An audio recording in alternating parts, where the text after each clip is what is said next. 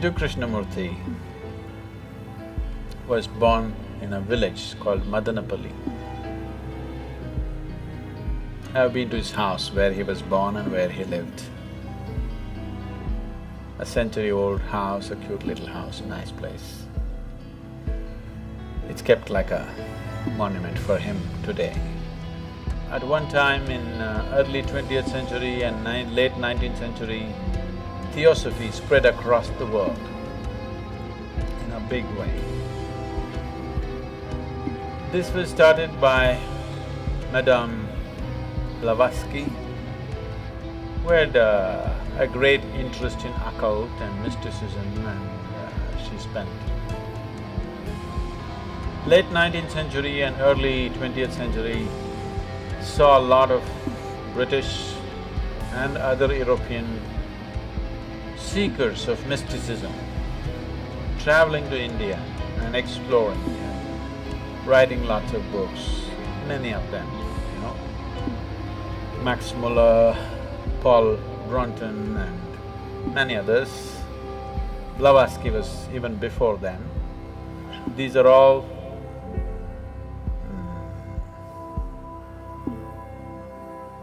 explorers of mysticism.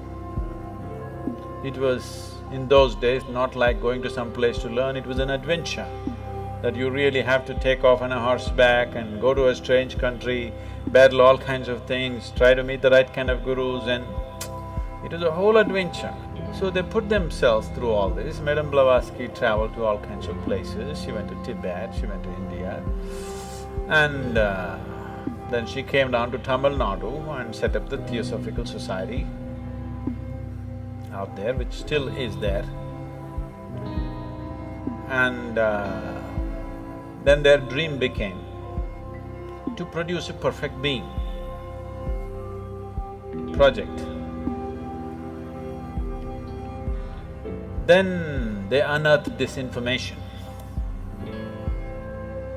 I don't know to what extent they went, but actually, in the yogic lore, in the tradition, there was a yogi by the name Sunira. Sunira saw that human consciousness could be evolved if you produce a perfect human being who could render this to all sorts of people. In a way, he comes from the tradition of Shiva. Somewhere it's his dream to build another being like that. He wants to build a living Shiva once again, a perfect teacher for the world, who is completely multidimensional, not this kind of teaching or that kind of teaching. As Shiva explored the whole human consciousness and human body in every possible way, he wants that kind of a living being. So he started building the energy body for that kind, and then he believed that he could build a physical body on top of that and let him loose in the world with a lifespan of a few hundred or thousand years, so that he will transform the whole world by the time his time is done. So he started working on this project. And of course he died unfulfilled. Many ambitious yogis picked up the same project that Sunira had left and tried to reconstruct this energy body of a perfect teacher who can transform human consciousness. So, Madame Blavatsky, Leadbeater and Annie Besant, who came together to power this theosophy movement across the world, which they successfully did to a large extent, and they gathered the most phenomenal occult library on the planet is still in the Theosophical Society of India. They gathered every kind of book on occult, and they set up a whole study team. Even now, J.Krishnamurti's groups are called study groups, yes? Study circles or study groups, say, because the study groups were set up by Annie Besant and Leadbeater. These are brilliant intellects, no question about that. But they have no inner experience, but they have gathered phenomenal amount of information. So somewhere they believe with this information and with their intelligence and intellect, they can recreate all this. And they have started looking for appropriate bodies upon which this body of a super teacher can be imposed upon. J.Krishnamurti, Rukmini Arundale, who else? One more, whatever. They started putting them through very severe training to prepare them physically, mentally. But they have no inner experience. They're reading books and trying to do this to these boys. And they put JK in all kinds of meditative processes, and he attained to a certain level of… he became a fantastic human being. He was something that nobody could decipher, but he was like a flower. His fragrance could not be missed. Then they decided, when JK was about 20 years of age, 27 or 28 years of age, this Theosophical Society decided to announce to the world that he is the world teacher. The perfect teacher has come. People gathered with great interest in this. JK came on the podium and he said, "I am not a world teacher." Poof! The whole Theosophical Society and their project, everything went down the tube. He had the courage and the sense and the wisdom to say, "I am not." Most idiots would have said, "Yes, I am the world teacher, I am the reincarnation of Buddha and Jesus and everything." Most idiots would have done that. He had the sense and the wisdom and the vision to say that I am not this nonsense that they're trying to make me out of.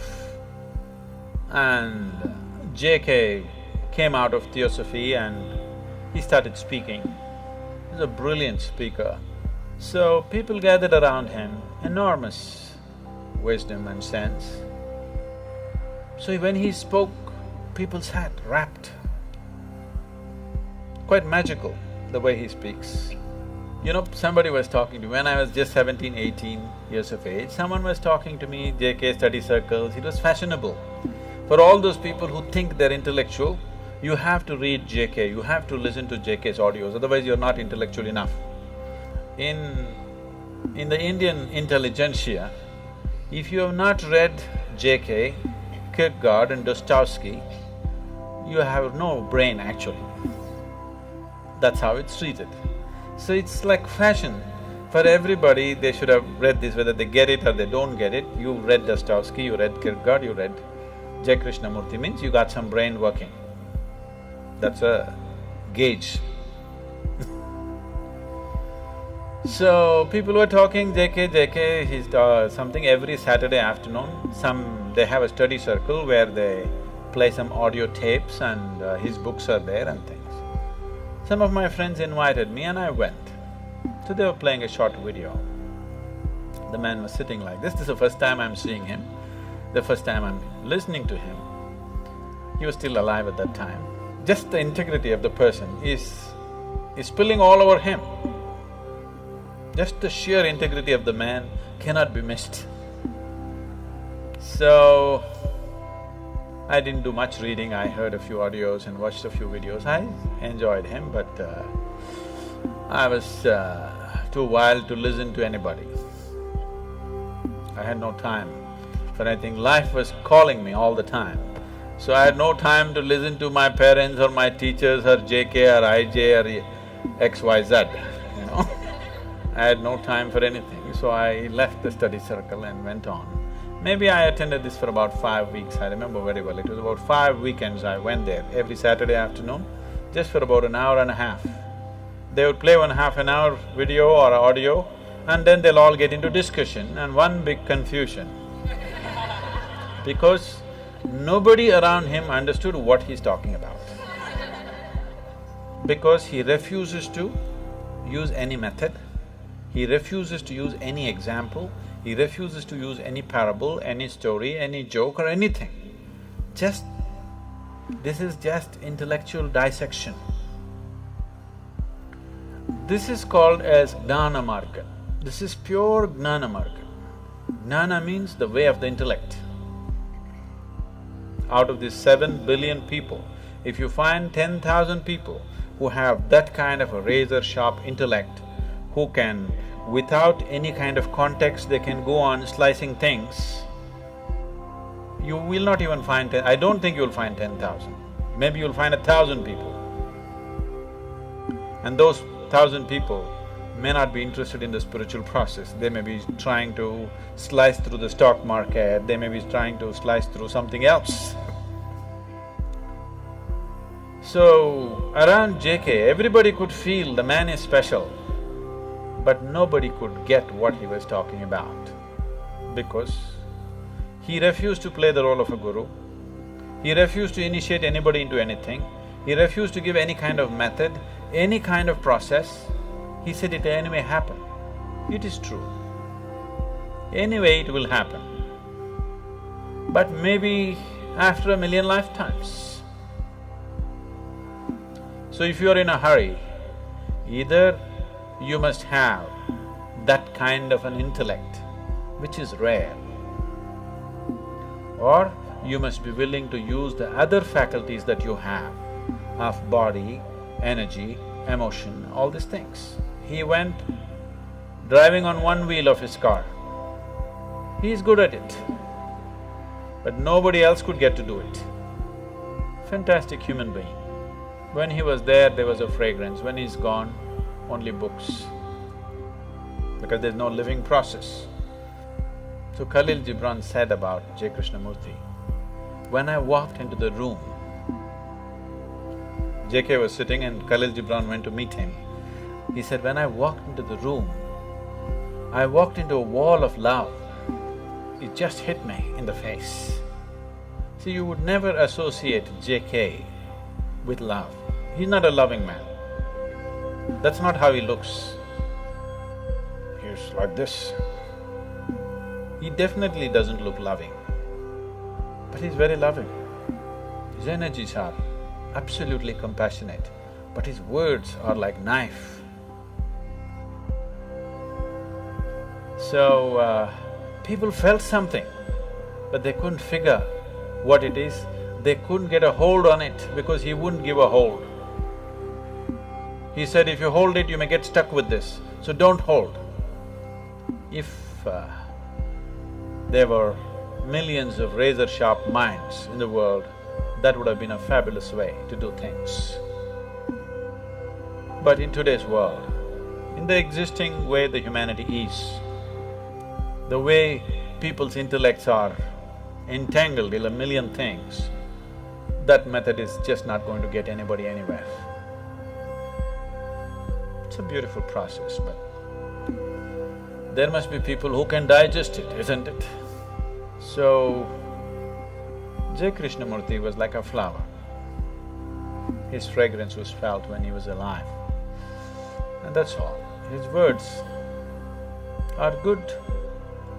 If you want to kind of use it as an intellectual exercise to drop a few things, they could be useful, brilliant. His intellectual brilliance just comes out every moment of his life.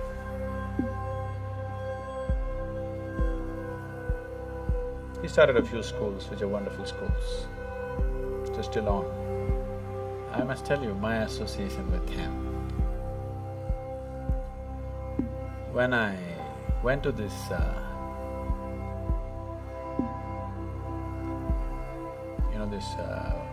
weekends for five Saturdays, Saturday afternoons, an hour and a half, that's my exposure to him. And one day he spoke about education. And it really gripped me. And it really twisted me inside out, because all the ideas, I had never thought of an alternative way of educating people. I was only thinking of how to dismantle all the education system in my mind. when he spoke about education, suddenly it struck me, there's another way to do this. So just this thought came to my mind. I was just maybe 17, 18, and I was living wild and I have dreams of running away somewhere. So I just thought if at any time if a child comes under my control, I would like to put the child to this kind of education. So, it just so happened, when my daughter had to go to school, when she got admission in some of the best schools in Ooty, but then it just flashed me in my mind that, okay, there's a JK school, why don't I send her there? And she went to that school and she spent 8 years studying there. So just those 5 Saturday afternoons, an hour and a half, that much impact he had on me, that I handed over my daughter to his care in one way or the other.